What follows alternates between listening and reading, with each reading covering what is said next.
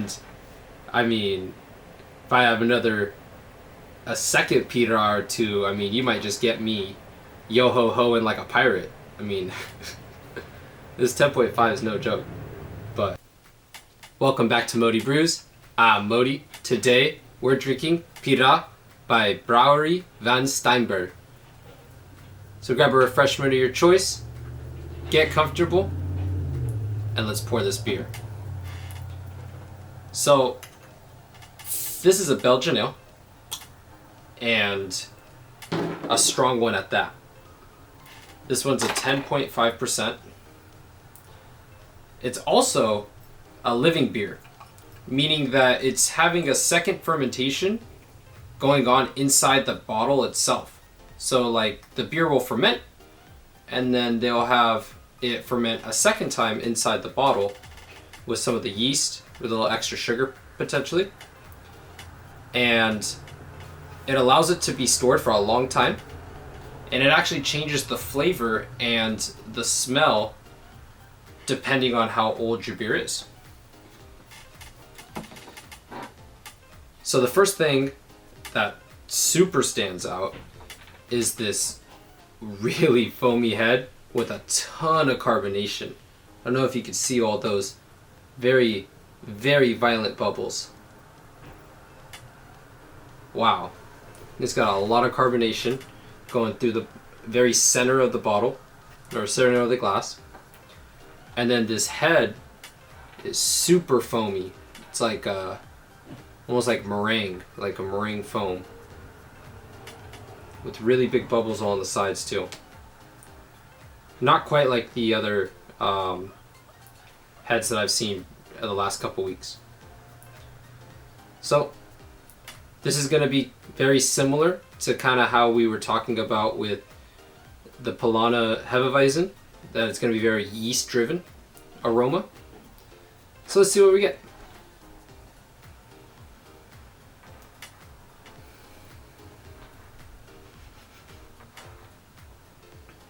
So I'm getting a lot more like clove, like a subtle clove with like small hints of the banana in the back of it, but I'm getting the clove for the front part.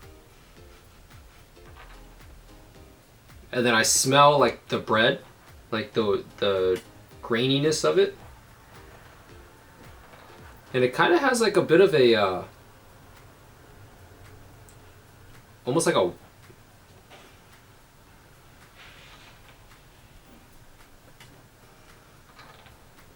I don't know, it's got another flavor to it, like another smell to it. Can't really identify it. Wow, that head is just sticking.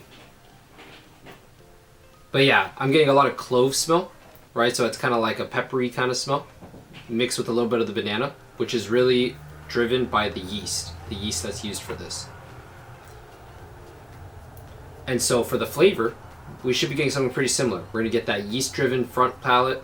Probably should be getting some type of the malty breadiness, maybe a bit of the hops, kind of like what we expected with the Polana Hefeweizen. But the Hefeweizen was a 5%, 5.5. This is 10.5. So let's see what it tastes like.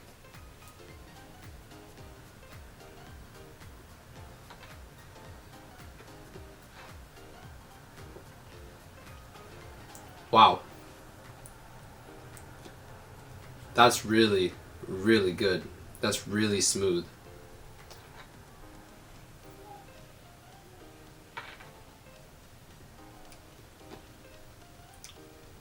That's so dangerous. It's crazy how that's 10.5. Right off the front, I'm getting a really, when I say spice flavor, I don't mean like spicy like a chili pepper, but it's got like that clove pepper kind of taste to it. It comes off with a peppery kind of, like with the high carbonation, it's got a lot of carbonation. Those bubbles we saw earlier were not just for show. You could feel them in the mouth too. And then it hits you with that peppery high carbonation kind of start, almost like a if you get like McDonald's Sprite, how the carbonation attacks you. It's got like that mixed with the yeast's clove kind of pepper taste, and then it's got like nice mid semi-sweet kind of breadiness to it, like the grain.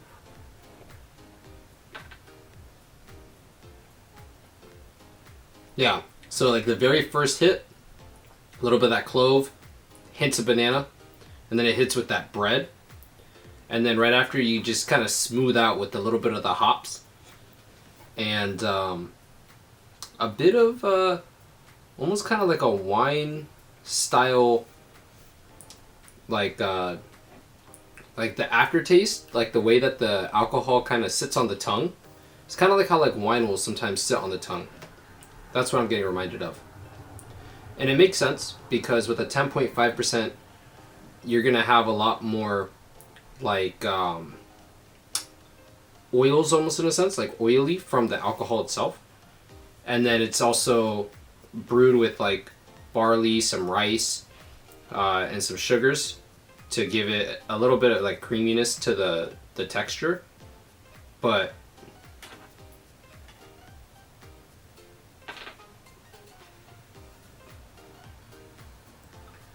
that's really deceptive. And that's really tasty. The Belgians, they really know what they're doing. They're like super famous for beer.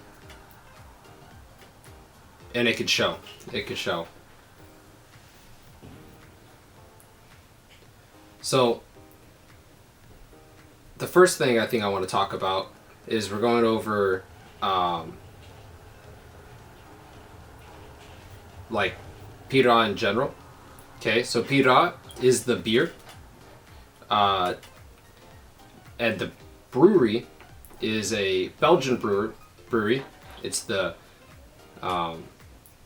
my Flemish is not very good, as you guys can tell. It's the Brouwerij Van Steenberge. And they started out in the like late 1700s.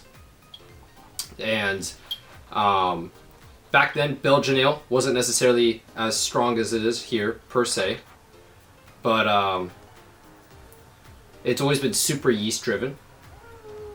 It's always been like the main focus of the beer is to kind of bring out the yeast flavors. And then just through the natural progression of like history, like the Belgian government was taxing beer based off of how much grain they were using, not by alcohol percentage. So like a byproduct of that is like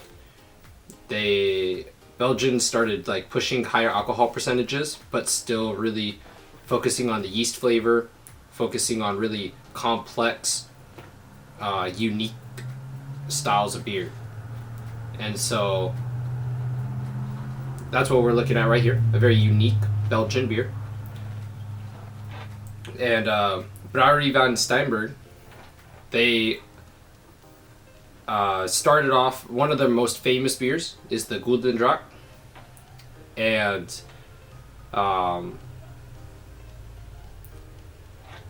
also Piraat, this is also another one of their really famous beers. And for me, I think, before we even start talking about the reason why this beer is so cool, because there's some really interesting stuff going on within this glass, is just the art of the bottles. Like, the bottle cap's got that beautiful pirate ship on it. And, I mean, if you guys think this bottle's cool, here. I grabbed this bottle, too. But this is just a part of some of the collection bottles I got. I didn't actually pick this up for us. But I would just look at that. I mean, that bottle is so sick, dude. That bottle's so sick.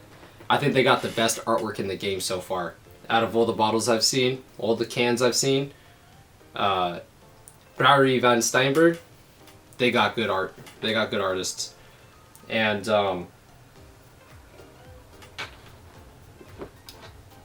now, what makes them so unique, and what makes this really unique,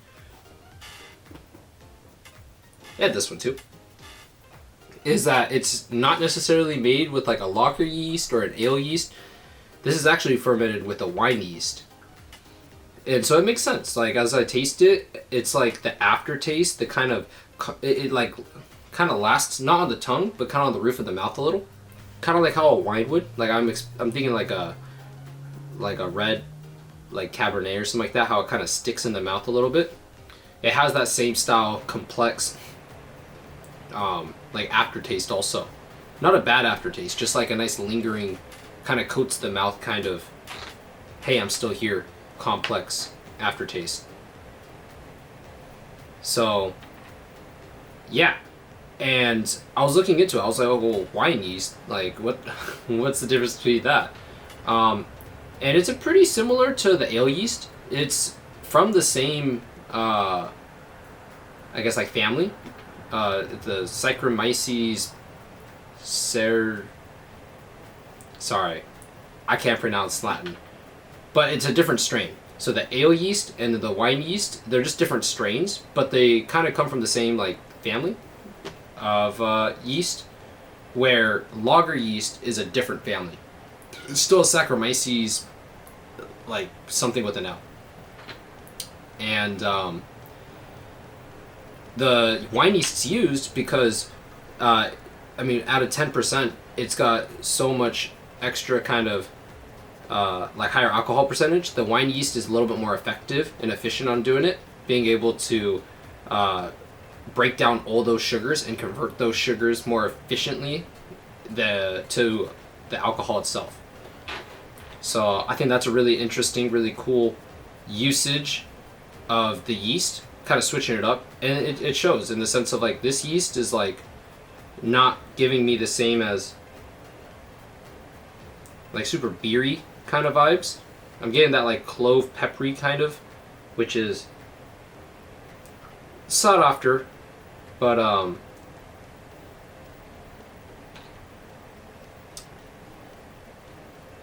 it really does taste like a wine kind of.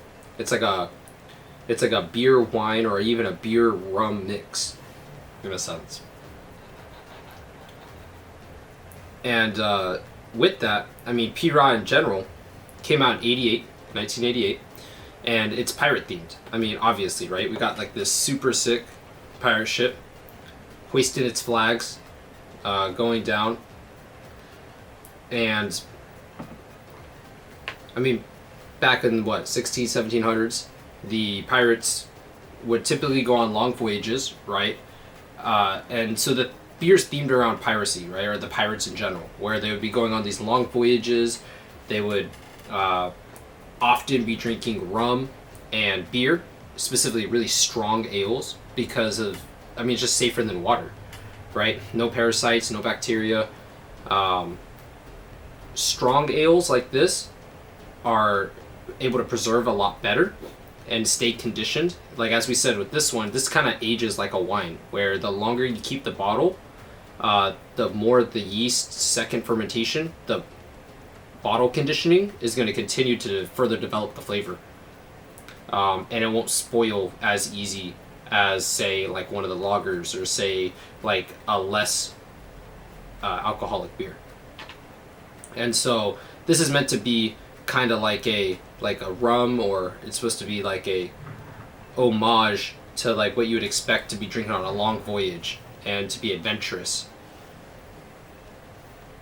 And if I have a second Piraat or two, you might just get me Yohoho and like a pirate. This 10.5 is no joke. But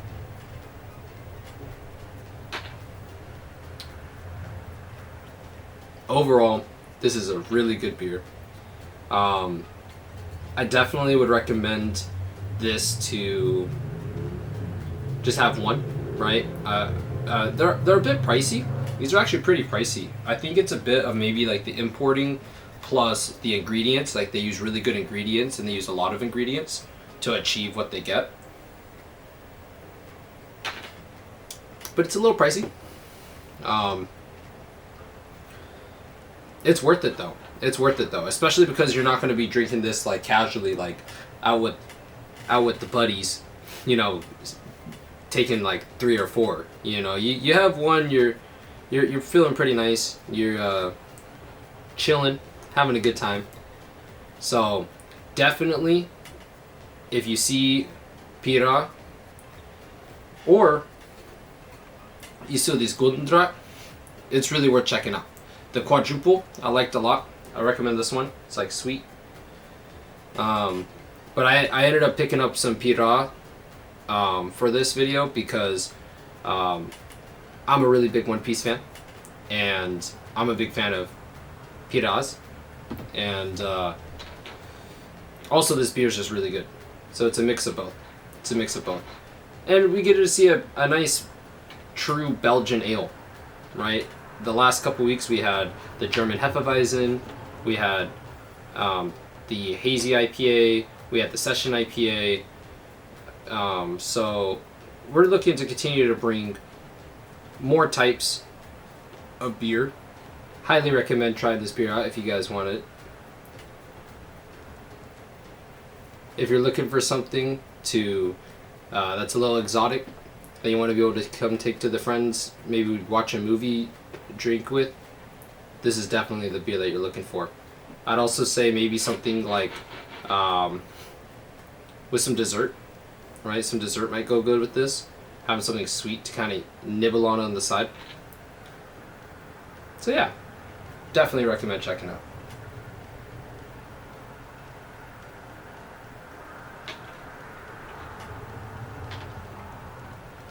With that being said, thanks for sticking around. New videos every Sunday at 10 a.m. YouTube Shorts. I hope you guys liked that impromptu seltzer video. If you haven't seen it, check it out. It was a really great crossover with Tioga Sequoia. And I'm excited to have the next couple weeks. Got some great stuff lined up for you guys. Next week, we actually have a really interesting style beer. I tried it for the first time the other day, and I don't think I've ever drinking a beer anything like it. So it should be an interesting one. So with that being said, I'm Modi. Thanks for watching. See you in the next pour.